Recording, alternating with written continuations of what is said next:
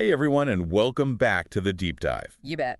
This program is brought to you by iFindTaxPro, where tax and legal compliance are made clear and management of client communications simple. Absolutely. iFindTaxPro.com is a platform for professionals and their clients and is open to everyone.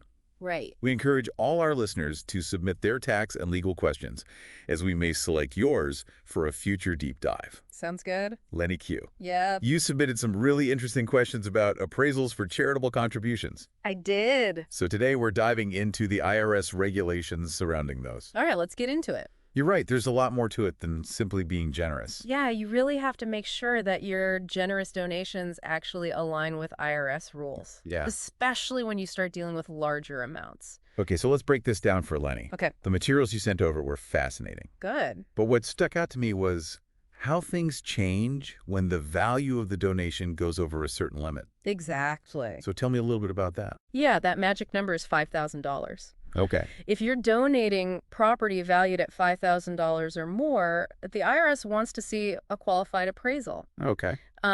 Think of it as a way for them to verify that everything's on the up and up. So it's like the IRS saying, we love the generosity, Yes. but we also need to make sure everything is properly valued. Right. Especially with those larger donations. Yeah. Makes sense to me. But what exactly makes an appraisal qualified in the eyes of the IRS? Well, a qualified appraisal needs to be prepared by someone with the knowledge and expertise to assess the specific type of property being donated. Okay. Not just anyone can do this, Lenny. Right. It has to be someone who really knows their stuff. Got it. This helps prevent overvaluation and keeps things fair for everyone involved. So it's like a quality control measure to ensure accuracy and prevent any funny business. Absolutely. Are there specific forms or documents involved in this process? Absolutely. When you're donating non-cash items, you'll need to fill out Form 8283. Okay. Non-cash charitable contributions. This form helps the IRS understand what was donated, how much it's worth, Right. and how you acquired it. Okay. They want all the details, Lenny. They say every donation counts. That's true. Mine counted so much, even the IRS had to double check the math. Uh-huh. Okay. Well, that's why documentation is so important. Right.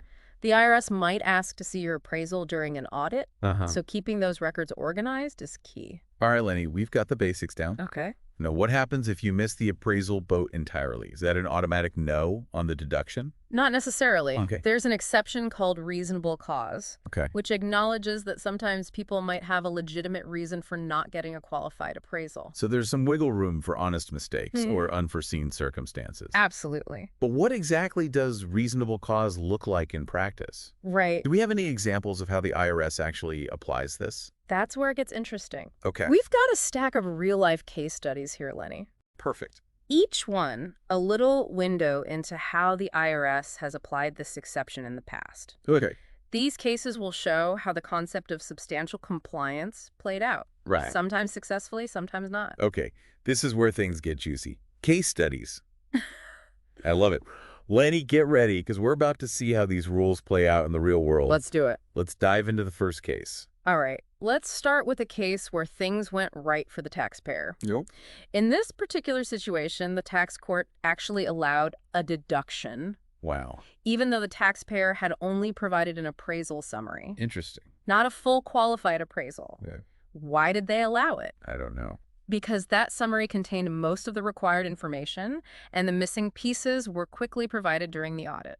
So it sounds like the IRS was willing to cut the taxpayer some slack because they demonstrated a good faith effort to provide the necessary information, even if it wasn't perfectly executed right from the start. Exactly. That sounded about right. It highlights that sometimes close enough can be good enough, Yeah. especially if you're cooperative and transparent with the IRS. Okay, good to know. However, as we'll see in our next case, things don't always go so smoothly. Oh, that sounds like trouble brewing. Yeah. What happened in this next case? Well, this time the tax court denied a deduction Oh, no. because the taxpayers failed to obtain any appraisal for their donated stock, Really? and it gets worse. Oh, no. They also didn't even provide the IRS with basic information about the stock itself. Oh, wow. So they basically provided zero documentation to back up their claim. That doesn't sound like a good strategy. No, it does not. What was the court's rationale for denying the deduction? The court emphasized that the purpose of these appraisal requirements is to give the IRS enough information to properly assess the claimed value of the donation Okay. and to spot potential issues. Makes sense. Without an appraisal or basic information about the donated property, the IRS was basically left in the dark. So it's not just about having an appraisal.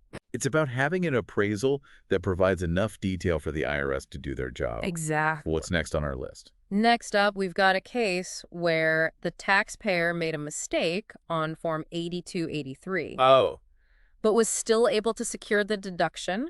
Really? They had some missing information on the form, Okay. but they had attached a complete appraisal report to their tax return.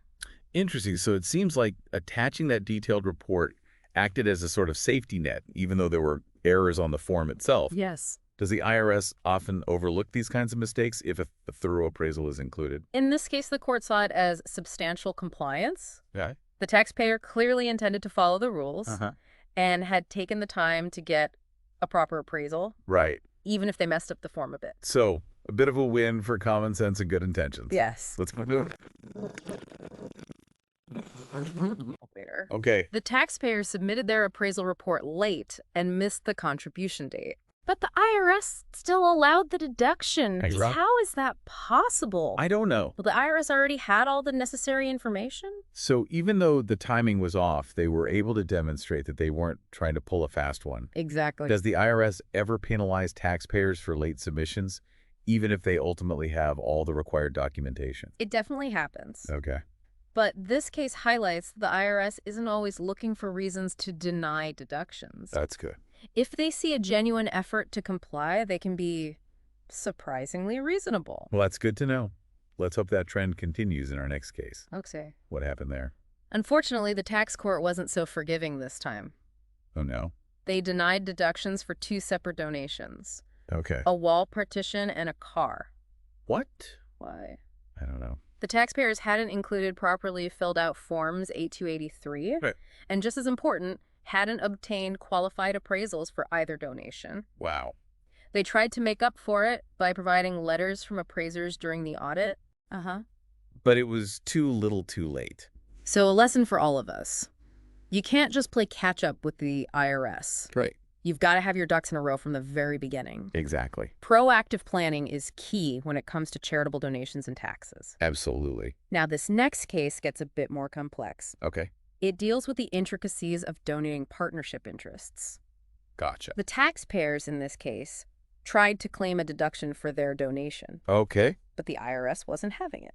Oh, no. What went wrong with the donation of the partnership interests? Well, there were several major issues with the appraisals they submitted. Okay. First, the appraisals were done by a CPA who had no proven experience valuing these types of partnership interests. So they weren't really qualified to do it. Right. They weren't qualified. Okay. Second, they didn't actually get appraisals for the specific partnership interests themselves, Oh. but rather for the stock that the partnerships held. Okay, so it sounds like they tried to take a shortcut and ended up with a tangled mess of compliance issues. Exactly. Is it common for people to misunderstand what needs to be appraised? It happens more often than you might think. Really? This case serves as a reminder that when you're dealing with unique assets like partnership interests, you absolutely need an expert who understands the specific nuances of valuation in that area. Got it. Otherwise, you're setting yourself up for trouble. Accuracy and expertise really are paramount here. Yes, they are. Okay, what's next? All right, moving right along. In this next case, we have another denied deduction, Okay. this time for a donation of stock. Of stock. No reason. What was it? The appraiser had valued the buildings owned by the corporation Wow. instead of the stock itself. Wow. Big mistake. Talk about missing the mark. This really drives home the importance of choosing the right appraiser. Yes, You need someone who understands exactly what needs to be valued. exactly. Were there any other interesting details in this case? What's interesting here is that the court considered this a fatal flaw. Even the taxpayer's argument of substantial compliance couldn't save them. Okay. The regulations are crystal clear. You need a qualified appraisal of the specific property that was donated. So valuing something related to the donated property simply doesn't cut it. It does not. Precision is key. It is. Okay, what's next on our list? Next, we have another unfortunate situation where deductions were denied. This time for a donation of medical equipment. Medical equipment, okay. The taxpayers had attached several forms 8283 to their returns, Okay. but many were missing accompanying appraisal reports and receipts. So missing documentation again? Did they attempt to fix this during the audit? They did try to have appraisers prepare those missing reports during the audit, Okay. but the court wasn't swayed. Really? Remember, in a previous case, the court allowed this. Yes. Well, in that case, the reports had been prepared at the time of donation, Oh. but simply weren't attached to the return. Okay. In this case, they were created after the fact, which made all the difference. Wow, so timing really does seem to be everything. Is there anything else noteworthy about this case? There is.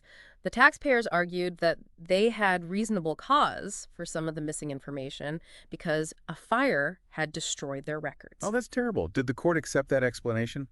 Unfortunately, no. Really? They said that an accidental loss of records doesn't automatically qualify as reasonable cause. Ouch. So while it's a valid reason, the court still holds taxpayers responsible for maintaining those important documents. Yes. Lenny, I know record keeping can be a pain, Right. but this really highlights the importance of backing up your records. Yes. It's better to be safe than sorry. Absolutely. Okay, for our final case study, we have a situation that underscores the importance of dotting your I's and crossing your T's when it comes to appraisal documentation. Yeah, definitely. Okay, Lenny, let's hear it. What happened in this last case? In this case, the taxpayer's Form 8283 was riddled with omissions, Really? particularly in the appraiser declaration section. They left out crucial details and simply wrote, "See attached appraisal." Come on. Are you serious? That's almost comical. Yeah. They're basically telling the IRS to do the work for them. Right. And to make matters worse, the appraisal they attached was nothing more than a letter signed by an attorney who claimed to be familiar with the property, in this case, a gravel pit. Right, and this attorney wasn't even a licensed real estate appraiser. Oh, wow. So they Yeah. really just winged it. They did. And get this. Okay. The letter lacked essential details like the valuation method used, Right. the basis for determining fair market value, Right. the property's condition, Yeah. and a statement that it was prepared for tax purposes. Yeah, they really just kind of handed over this document that was barely an appraisal and provided none of the specific information IRS expects. What was the court's reaction? Unsurprisingly, the tax court didn't buy it. Okay. They found that the taxpayer hadn't even come close to substantial compliance. Oh. In fact, they used the word slipshod to describe their effort. Yeah. Ouch. Well, that's a harsh but important lesson, Lenny. Yes. This last case really drives home the importance of being meticulous and thorough when it comes to charitable contribution appraisals. It really does. The IRS isn't messing around, and if you try to cut corners or submit incomplete documentation, it could come back to bite you. I couldn't agree more. These case studies really illustrate that adhering to IRS requirements Yes. and seeking guidance from a qualified tax professional are crucial when navigating charitable contributions. Exactly. Now, you mentioned that you're particularly interested in a recent case, Yes. the Hohenscheid case, Yes. which deals with some similar issues. That's right. That's right. This case involves a donor who tried to donate stock to Fidelity Charitable right before selling it. Yep. I'm curious to hear how this played out. Well, it's a fascinating case that really highlights the potential pitfalls of last-minute donations. All right, Lenny, we're about to dive into the details of the Hohenscheid case. Sounds good. This one's a real nail-biter, so get ready for some more tax court drama. Okay. All right, let's unpack the Hohenscheid case. Huh? It was decided just this year in 2023. Wow, recent. And it really illustrates the complexities you can face when donating appreciated assets, Right. especially when you're donating right before selling them. Ooh, last-minute donations and potential tax maneuvers. Sounds like a recipe for IRS scrutiny. Certainly is. Lenny, pay close attention, especially if you're considering any significant charitable contributions in the near future. Yes, good advice. So tell me what exactly happened in this case. So we have Mr. Hohenscheid. Yep. Let's call him Scott, Okay, Scott. who decided to donate shares of stock in his company to Fidelity Charitable. Okay. As we discussed earlier, Fidelity Charitable manages donor-advised funds. Right. It's a pretty common way to make charitable donations. Okay, seems straightforward enough so far. Right. What's the catch? Well, Scott made this donation just 2 days before selling those same shares to a third party. Oh. This, of course, made the IRS raise an eyebrow. Yeah, I bet. They questioned the timing and wondered if Scott was trying to avoid paying capital gains taxes on the sale. Ah, I see where this is going. A classic case of potential tax avoidance. It could be. Did Scott think he could actually get away with this? Well, the IRS certainly thought he was trying to pull a fast one. Okay. They argued that Scott engaged in something called an anticipatory assignment of income. Okay. Essentially, they claimed that because the sale was already in motion and practically certain to happen when he donated the shares, Yep. he should be taxed on the capital gains as if he had sold them directly. That makes sense. Right. It seems like he was trying to get a tax deduction for the charitable contribution Right. while also avoiding paying taxes on the profit from the sale. Exactly. So what did the court have to say about all this? Well, the court had to answer a few key questions. Okay. First, they needed to figure out the exact date of the gift to determine when Scott actually gave up control of the shares. Second, they had to decide if this donation qualified as an anticipatory assignment of income, as the IRS argued. Right. And finally, they had to see if Scott met those qualified appraisal requirements we talked about earlier. Wow, so many moving parts. Yeah. This case really hinges on some very specific details and legal interpretations. It does. What did they ultimately decide? So the court's findings are interesting. Okay. They ultimately said that Scott's donation was a valid gift. Okay. This means he genuinely relinquished control of the shares. Okay, so it was a gift. It was a gift. However, Okay. they also determined that the gift wasn't effective until the stock certificate was delivered, Oh. which was very close to the sale date. So even though Scott intended to make a charitable donation, the timing of the actual transfer really mattered to the court. Yes, it did. It seems like the court was looking at the substance of the transaction rather than just the form it took. You got it. And here's where it gets even more interesting. The court said Scott was still responsible for the capital gains tax on the sale, What? even though the gift was legitimate. Wait, how is that possible? Didn't he give the stock away? Well, the court reasoned that the sale was too far along by the time the gift was complete. They basically said that the donation wouldn't have happened without the impending sale. Okay. It seemed pretty clear that Scott was using the donation to avoid paying taxes. So the court saw right through his plan. They did. It seems like they're saying you can't just use charitable donations as a shield to get out of paying taxes you legitimately owe. Exactly. Substance over form, remember. Yes. The donation looked like a gift, Right. but the reality was that it was all tied up with the sale. Yeah. Scott was trying to get a tax benefit he wasn't entitled to. Okay, so we've established that the gift was valid. Yes. But Scott was still liable for the capital gains tax. Correct. What about the charitable contribution deduction? Was he allowed to claim that? Well, not so fast. What? Remember the qualified appraisal requirement. Yes. Even though the court found this was an assignment of income, Right. that alone didn't disqualify Scott from taking a charitable deduction. Okay. However, they ended up denying the deduction because Scott didn't meet the IRS requirements for a qualified appraisal. Oh, no. It seems like Scott's attempt to outsmart the IRS completely backfired. It did. What exactly was wrong with the appraisal? There were multiple problems. Oh, no. First, the appraisal didn't adequately describe the appraiser's qualifications and experience in valuing this specific type of stock. So the person wasn't qualified. Right. It's not enough to just get any appraiser. Right. They need to have the right expertise. Makes sense. On top of that, the appraisal listed an incorrect contribution date. Oh, really? As we've seen in the previous cases, getting those dates right is crucial. It is. And there were even more issues that undermine the appraisal's credibility. So Scott basically messed up every step of the appraisal process. He did. He really seems to have dropped the ball here. He definitely did, and to make matters worse, What else? he tried to claim reasonable cause for these issues, arguing he relied on a financial services manager to conduct the appraisal, Okay. even though he knew this person wasn't really qualified. Come on, Scott. Seriously. He knowingly chose someone unqualified and then tried to use that as an excuse. That's not a good look. The court wasn't buying it either. Oh. They said choosing an unqualified appraiser didn't demonstrate the ordinary business care and prudence you need to establish reasonable cause. Oh, wow. He had every opportunity to hire a qualified professional, but decided to cut corners. And it ended up costing him. Wow, Lenny, what a story. I know, right? This case really drives home the point that when it comes to charitable contributions, Yeah, especially those with potential tax implications, absolutely. you absolutely have to be meticulous and follow the rules. You do. Trying to outsmart the IRS is risky business. It is. Couldn't said it better myself. This case shows just how complicated things can get with last-minute donations, especially when you're dealing with unique assets like stock. Yeah. And it highlights the importance of doing things by the book and making sure you're meeting all the IRS requirements. So, Lenny, after all these wild cases, Yeah. what are the key takeaways you should be thinking about regarding charitable giving and appraisals?